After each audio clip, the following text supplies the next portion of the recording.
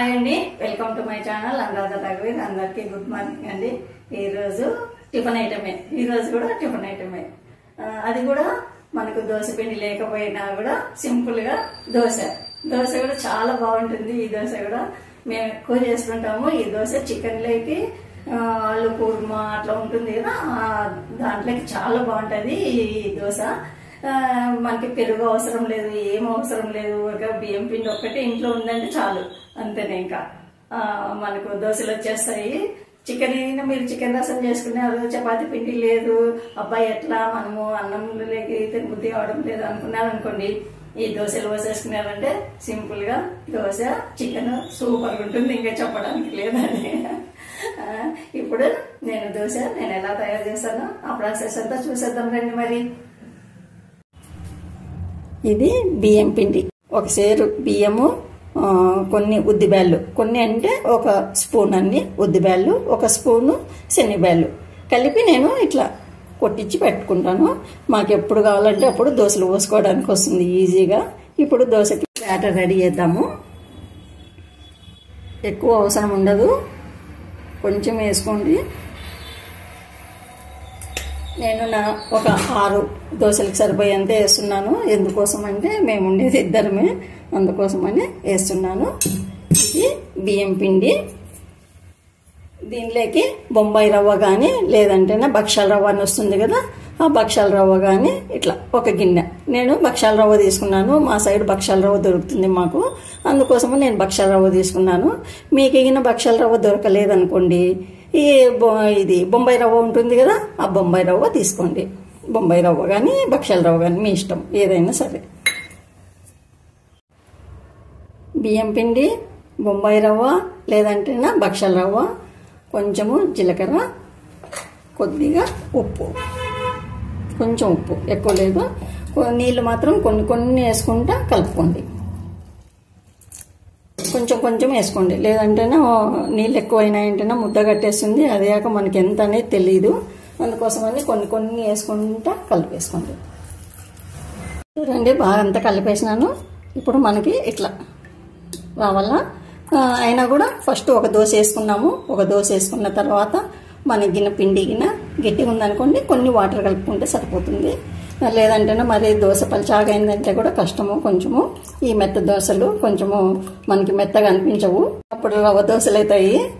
ఈ మెత్త బొక్కల దోశలు కాదు ఇవి. ఇప్పుడు చూద్దాము. ఇది కొద్దిసేపు ఒక 2 నిమిషాలు రెస్ట్ ఇద్దాం దీనికి. అంతలోగా మనం చట్నీ కూడా తయారు చేసుకున్నాం. చట్నీ కూడా ఈజీగా చేసుకున్నాము. కూడా కొబ్బరి చట్నీ ఈజీగా చేసేసుకున్నాం. కొబ్బరి చట్నీ కొంచెం చింతపండు వేద్దాము, దాంతోపాటు పచ్చి కొబ్బరి కొంచెం ఎక్కువ ఉన్నా సరే వేసుకోండి, ఏం కాదు. పచ్చిమిర్చి మాత్రం ఎక్కువ వేసుకోవద్దండి, దీనికి కారం అవుతుంది. అందుకోసం పచ్చిమిర్చి కొంచెం వేసుకోండి చూసుకొని. 2 వెల్లుల్లిపాయలు కూడా ఎక్కువ వేయద్దండి, 2 చాలు. కొంచెము కొత్తిమీర. ఇంకా ఈ 3 ఈ వేరుశెనగకాయలు కానీ పప్పులు కానీ గోడంబి కానీ ఏదైనా సరే మీ దగ్గర ఏది ఉన్నా వేసేసుకోండి. వేరుశెనగ విత్తనాలు, పప్పులు, గోడంబి, క్యాషూ నట్, మీ ఈ 3 ఏది ఉన్నా కూడా వేసుకోండి. 3 ఉన్నాయనుకోండి కొన్ని వేసుకోండి. లేదు 3 ఒకటే ఉంది, మాకు ఈ వేరుశెనగ విత్తనాలే ఉన్నాయంటే వేరుశెనగ విత్తనాలు, లేదు వేరుశెనగ విత్తనాలు లేవు, గోడంబి లేదు మా దగ్గర అంటే పప్పులు, ఏదైనా సరే మీ ఇష్టం.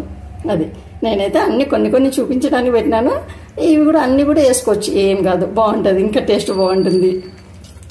అన్నీ వేసేస్తున్నాను. కానీ ఈ చట్నీ మాత్రం ఎక్కువ రోజులు నిల్వ ఉండదు, 1 రోజు 2 రోజులే. అది కూడా మనం చేసిన వెంటనే ఫ్రిడ్జ్లో పెట్టేసుకోవాలా, లేదనుకోండి పాడైపోతుంది ఈ చట్నీ. ఎక్కువ మాత్రం చేసుకోవద్దండి, అప్పటికి చేసుకోండి, తినండి, అంతే అయిపోయింది. ఇంకా దీంట్లోకి మనము ఇంకా ఒక్కటే వేయాలా, అదొక్కటి జీలకర్ర వేస్తాను. కొంచెం ఆగండి. జీలకర్ర, పచ్చి జీలకర్ర, ఇది కూడా వేయించాల్సిన అవసరం లేదు. అన్నీ వేసినామా, ఇంకా అన్నీ వేయలేదండి, ఇంకొకటి తక్కువ ఉంది దీంట్లో. ఏముందో చెప్పండి మరి. ఉప్పు వేసలేము, ఉప్పు కూడా వేసుకున్నాము. అది మీ ఇష్టం, రాళ్ళు ఉప్పు కానీ నార్మల్ ఉప్పు కానీ ఏదైనా సరే. నేనైతే రాళ్ళు ఉప్పు వేసినాను. ఉప్పు కూడా కొంచెం వేసుకోండి, కొబ్బరిలో ఉప్పు ఉంటుంది మనకు ఆల్రెడీ, కాబట్టి కొద్దిగా వేయండి. మనం చింతపండు వేసినాం, అన్నీ వేసినాం కదా, అందుకోసమనే ఉప్పు కూడా చాలా తక్కువ వేసుకోండి.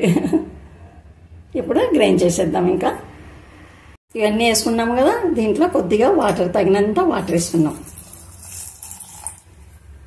ఇంకా గ్రైండ్ చేసేద్దాము చట్నీని.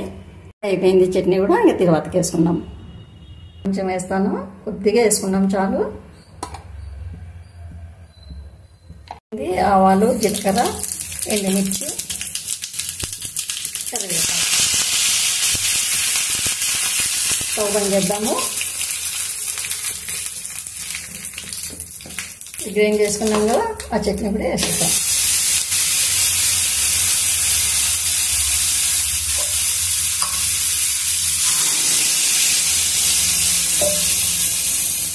చూసినారు కదా, సింపుల్గా చట్నీ తయారు చేసిన నేను. ఏం కష్టపడాల్సిన అవసరమే లేదు. ఈ చట్నీ ఇడ్లీకి కానీ దోశకి కానీ చాలా బాగుంటుంది. మీరు కూడా ట్రై చేయండి. ఇంకా స్టవ్ అంటించుకొని దోశ వేసుకున్నాము.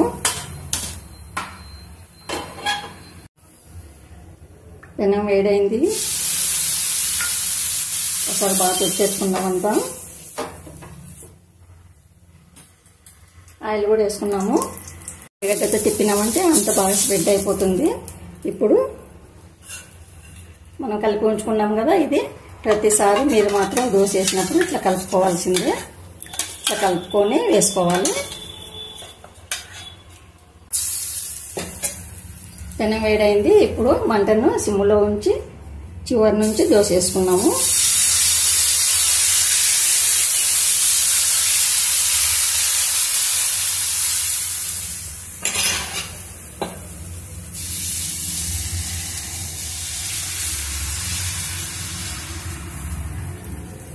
మంటను హైలో ఉంచి కొంచెం ఆయిల్ వేసుకున్నాము.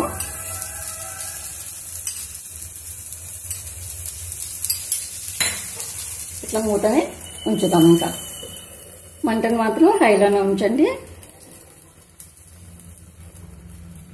1 మినిట్.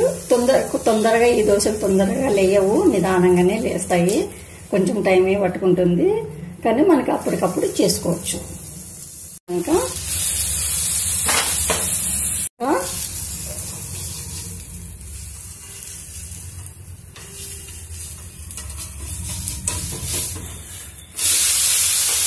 ఈ దోశలు 2 పక్కల కాల్చాల్సిందే. ఒక పక్క కాల్చడానికి లేదు. మామూలు మన దోశల్లాగా 2 పక్కల బాగా కాల్చుకోవాలా. మంటను మాత్రం ఎప్పుడూ హైలోనే ఉంచుకోవాలా. ఏంటందో చూద్దాము. కాలింది, చూద్దాం. ఇట్లా మెత్తగా వస్తాయి దోశలు, చాలా బాగుంటాయి. ఇప్పుడు మనము ఉల్లిగడ్డలు కలుపుకొని కూడా దోశ చేసుకోవచ్చు, చాలా బాగుంటుంది. ఇప్పుడు ఉల్లిగడ్డలన్నీ కలుపుకున్నాము. మంటను సిమ్లో ఉంచుతాము, పెనం లేదంటే వేడి ఎక్కువైతుంది. ఆనియను, కరివేపాకు, పచ్చిమిర్చి, కొంచెం కొత్తిమీర వేసుకొని బాగా కలుపుకున్నాము. నేను ఆల్రెడీ జీలకర్ర వేసేసినాం కదా, మనము జీలకర్ర వేసినాం, ఇంకా అవసరం లేదు. ఇప్పుడు ఈ దోశలు కూడా చాలా బాగుంటాయి, చూద్దాము. మంటను ఇప్పుడు హైలో ఉంచుకున్నాము.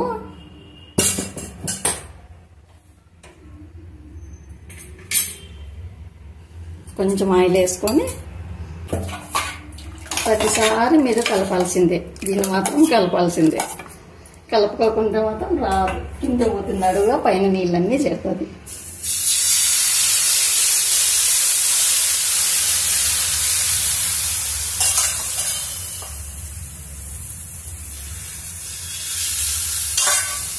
ఇప్పుడు ఇంకా కొంచెం ఆయిల్ వేసుకున్నాము.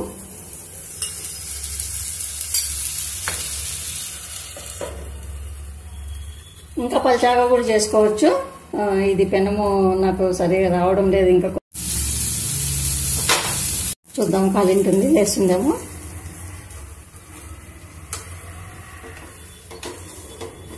ఈజీగా లేస్తుంది చూడండి.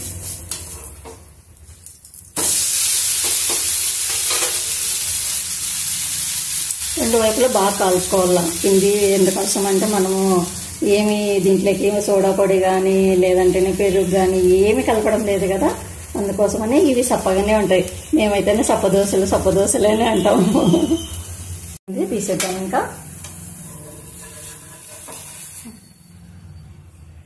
చూడండి,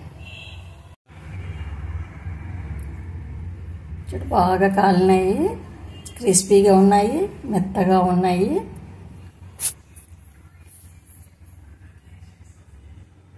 ఇంకా చట్నీ అయితే సూపర్, చాలా బాగుంది. మనము క్యాషూ నట్ వేసినాము, చెనక్కాయ విత్తనాలు వేసినాము, పప్పులు వేసినాము, పచ్చి కొబ్బరి వేసినాము, అంతా హెల్తీనే చట్నీ అయితే. ఇంకా